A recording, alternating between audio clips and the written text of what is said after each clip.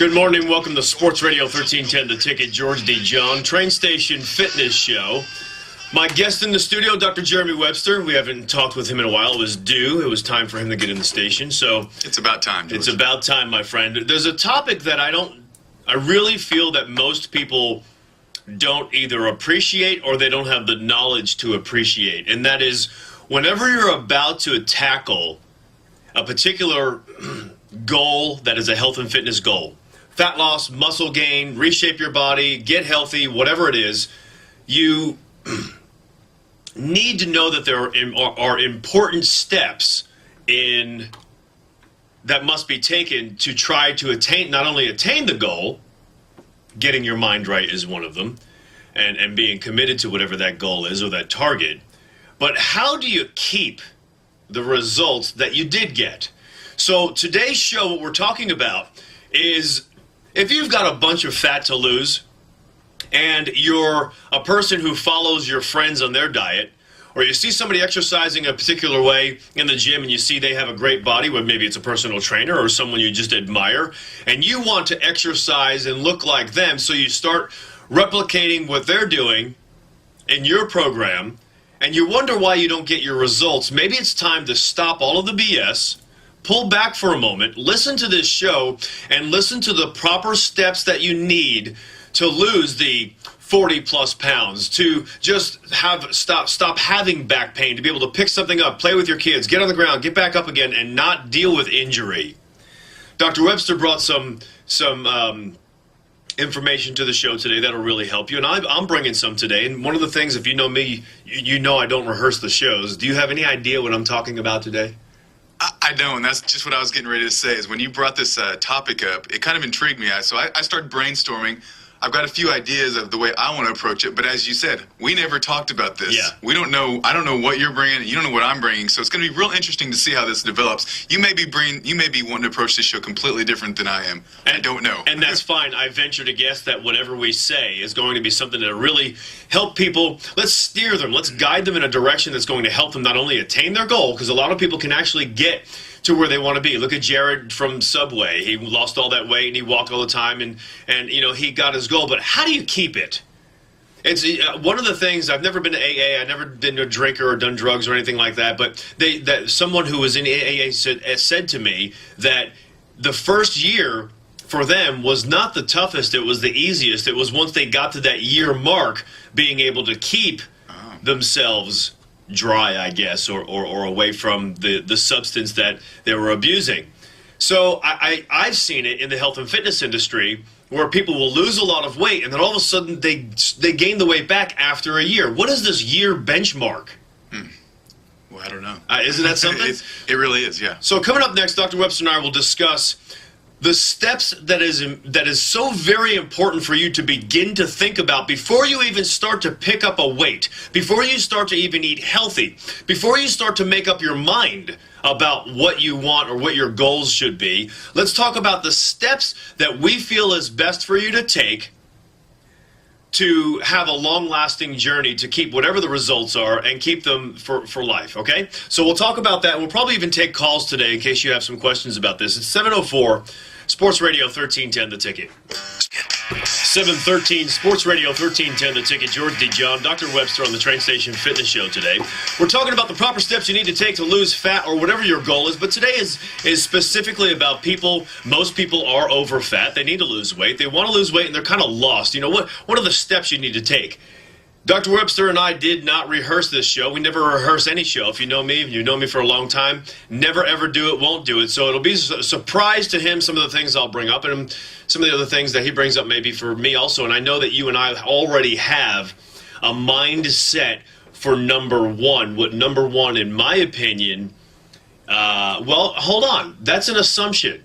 Let me tell you my number one. Okay. My number one is to have mental awareness, basically the psychology, and starting to journal your habits now. That is, being aware of what you have, because you can't say, okay, I'm going to start this program here, and I think I know where you'll go with the testing. You can't start this program here or even testing here if you don't know what you're already doing here that makes you deficient in all of these nutrients, or if you're exercising, and you say, okay, I want to start performing squats. If you don't have an assessment first of yourself, and not realize that let's say your glute muscles, your butt muscles don't work. They literally are turned off. You see guys, especially older guys, they have a completely flat butt. If you put a bazooka in their face and say, I'm going to pull the trigger unless you do a squat, it would be impossible. You might as well just kill them.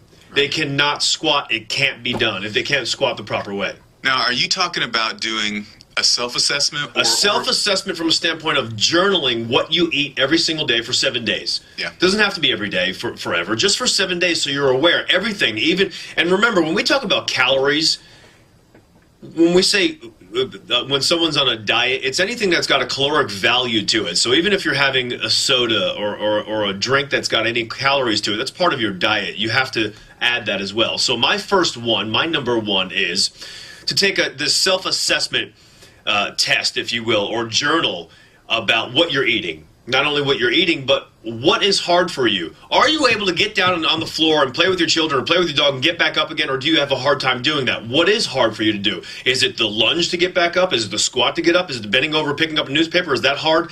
It's important to share this stuff with a personal trainer about what's hard for you, what you cannot do. Right. This self-evaluation is wonderful. I tell you what, George, people are very surprised when they start writing down exactly what they eat, and they can look at it on a piece of paper they're honest. and say, wow, I didn't realize how much and how bad I was eating until I wrote it all down. People who are not ready, though, to write it all down, and you've seen this and I've seen this in many of these studies, that they underreport what they eat.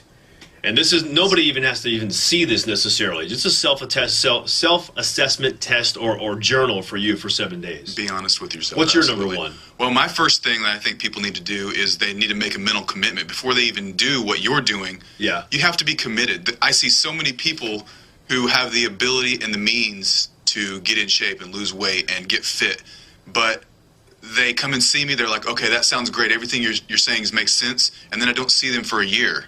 And then they come back to me a year later and said, you know, I know we've been through this, but I just wasn't ready at that point. Yeah, but now I'm ready. Now I'm ready because they've made the commitment and they go forward and they do great. Do you think somebody can make a commitment, though, if they don't know what the hell they're committing to?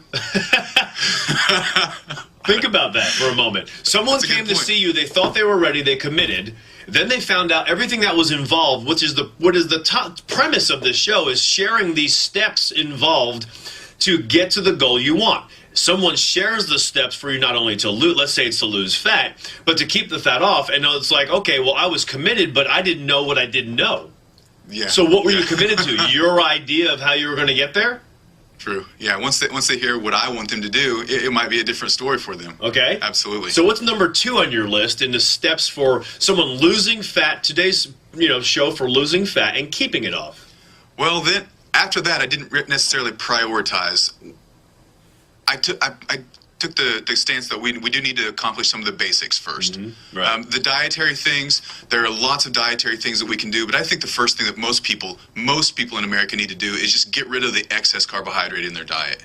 That's the one thing that boosts your blood sugar. When you have boosted blood sugar or available blood sugar, there's only 2 things, George, that our bodies can burn for energy, and that's sugar and that's fat. So if you have all this excess sugar, your body's going to automatically switch to being a sugar-burning machine, and all the fat is just going to start getting stored. The second reason I think this is important is when you have sugar in your system, that's going to trigger the release of insulin. Insulin, by definition, is a storage hormone. One of the main things that it stores is energy, and you don't just store energy as right. ATP. Right. You store it as fat.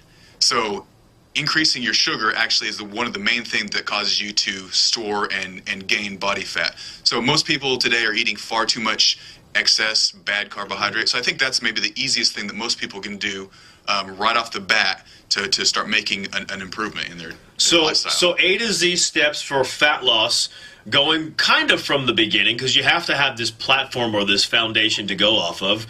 We talked about the first one, the mental awareness and journaling for a week, so you have an idea. And then you would take it to someone like Dr. Webster or Jim Judd or other people that have their specialties that can help you. And the next thing, like Dr. Webster says, even before you get on a specific diet, I guess,